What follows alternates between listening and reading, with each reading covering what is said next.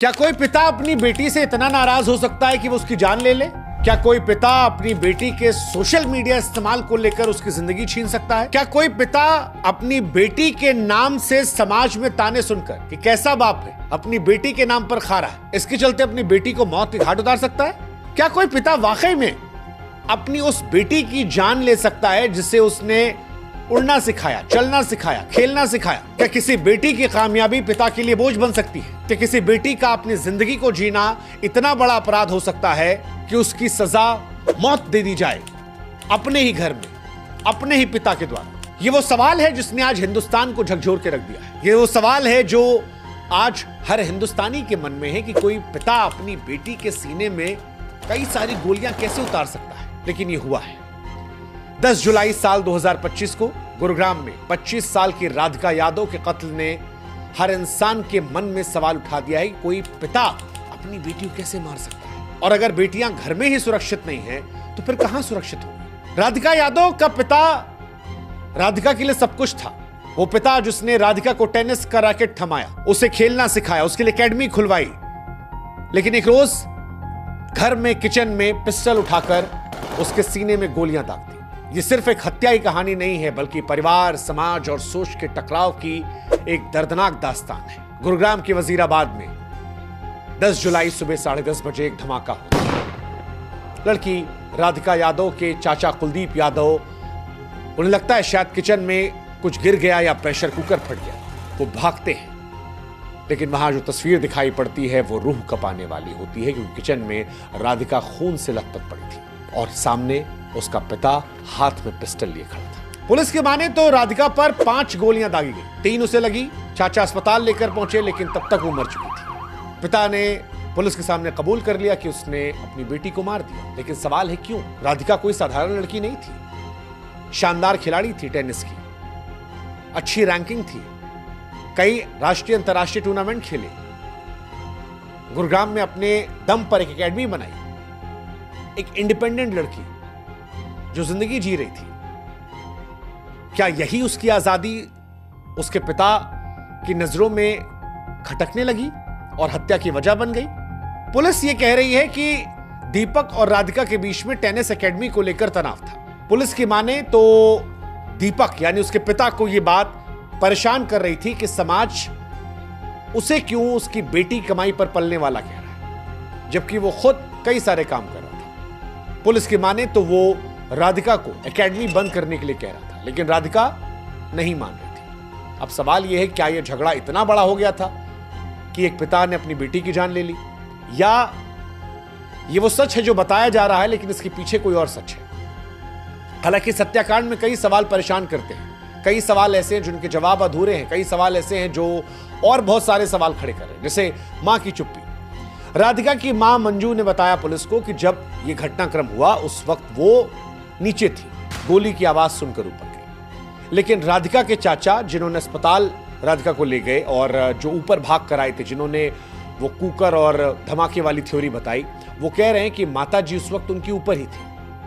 अब सवाल यह है कि अगर जिस लड़की की मौत हुई उसकी मां वहां ऊपर थी पिता के सामने, तो फिर वो झूठ क्यों बोल रही है? क्या छिपा रही है? या कुलदीप जो चाचा है वो झूठ बोल रहे हैं? दोनों में कोई एक तो है जो झूठ बोल रहा है और इस कहानी को छिपाने की कोशिश कर रहा है। दूसरा, राधिका का भाई धीरज कहां था? क्योंकि ना पुलिस को ना परिवार को उसका ठिकाना पता है। घर पर था, नहीं था तो कहां गया, और अगर था तो चुप क्यों है? सुबह के वक्त जब पूरा परिवार आमतौर पर साथ था, भाई और मां क्यों गायब थे? और फिलहाल वो कहां है? क्या भाई का भी इस घटनाक्रम में कोई इन्वॉल्वमेंट है? क्या कहानी हो सकती है? बहुत सारी थ्योरीज आ रही है। पुलिस की थ्योरी के हिसाब से पुलिस कह रही है कि राधिका किचन में खाना बना रही थी जब दीपक ने गोलियां मारी। पुलिस ये मान रही है कि कोई गुस्से का मूवमेंट नहीं था, गोलियां मारी गई। ये साफ साफ बताता है हत्या पहले सोची समझी थी। लेकिन सवाल यह है, इतनी नफरत आई कहां से? इस मामले में सोशल मीडिया का भी एक एंगल है। राधिका सोशल मीडिया पर बहुत एक्टिव थी, सोशल मीडिया पर रील्स बना रही थी दोस्तों के साथ, परिवार के साथ। यह बात उसके पिता भाई को पसंद नहीं थी। उन्हें लग रहा था कि बीइंग अ स्पोर्ट्स पर्सन ये नाच गाना नहीं करना चाहिए। उन्हें ये बातें पसंद नहीं थी। उनको लगता था ये बातें इज्जत पर आती हैं। घर में इसको लेकर बहस भी हुई थी। राधिका ने म्यूजिक वीडियो में भी काम किया था। आजकल काफी इन्फ्लुएंसर्स हैं जो सोशल मीडिया पर फेमस होने के बाद म्यूजिक वीडियोस में काम करते हैं। इसको लेकर भी परिवार को डर लग रहा था कि रिश्तेदार, तानेदार, अड़ोसी पड़ोसी लोग ताने मारेंगे, इज्जत पर सवाल उठाएंगे, कहेंगे ये नाच गाना क्या हो रहा है। लेकिन सवाल फिर यही है कि क्या ये डर इतना बड़ा था कि बेटी की जान ले ली? दीपक कोई गरीब आदमी नहीं था, कोई असफल आदमी नहीं था, प्रॉपर्टी डीलिंग का काम कर रहा था, लाखों रुपए कमा रहा था। राधिका के लिए उसने महंगे महंगे रैकेट्स खरीदे थे, पढ़ाई छुड़वाई थी ताकि टेनिस पर ध्यान दे सके, एकेडमी के लिए जमीन दिलाई थी। लेकिन सवाल यह है कि एक पिता जो इतना सब कुछ करता है, वो क्या बेटी की कामयाबी से इतना चिढ़ गया कि उससे जान ले ले? या थ्योरी कुछ और है? और अगर ये सच है कि कामयाबी के चलते जान ली है, तो जवाब समाज के तानों में छिपा है। लोग कह रहे थे कि बेटी कमाई पर खा रहा है। क्या यही बात उसके अहंकार को चोट पहुंचा रही थी? क्योंकि भारत में बेटों की कमाई जो है वो गर्व का विषय है। लोग कहते हैं कि बेटे ने पिता का नाम रोशन कर दिया, लेकिन जब बेटी कमाती है, नाम बनाती है, परिवार को संभालती है, तो समाज तंज कसता है, कहता है भाई साहब बेटी कमाई भी रहो। 2023 की state of working India report कहती है कि संपन्न परिवारों में बेटी के काम करने को अक्सर शर्मिंदगी माना आता है। क्या राधिका की आजादी और सफलता इसी सोच को चुनौती दे रही थी? यह हत्याकांड बताता है कि सोशल मीडिया मनोरंजन नहीं बल्कि परिवारों में तनाव का कारण बन गया है।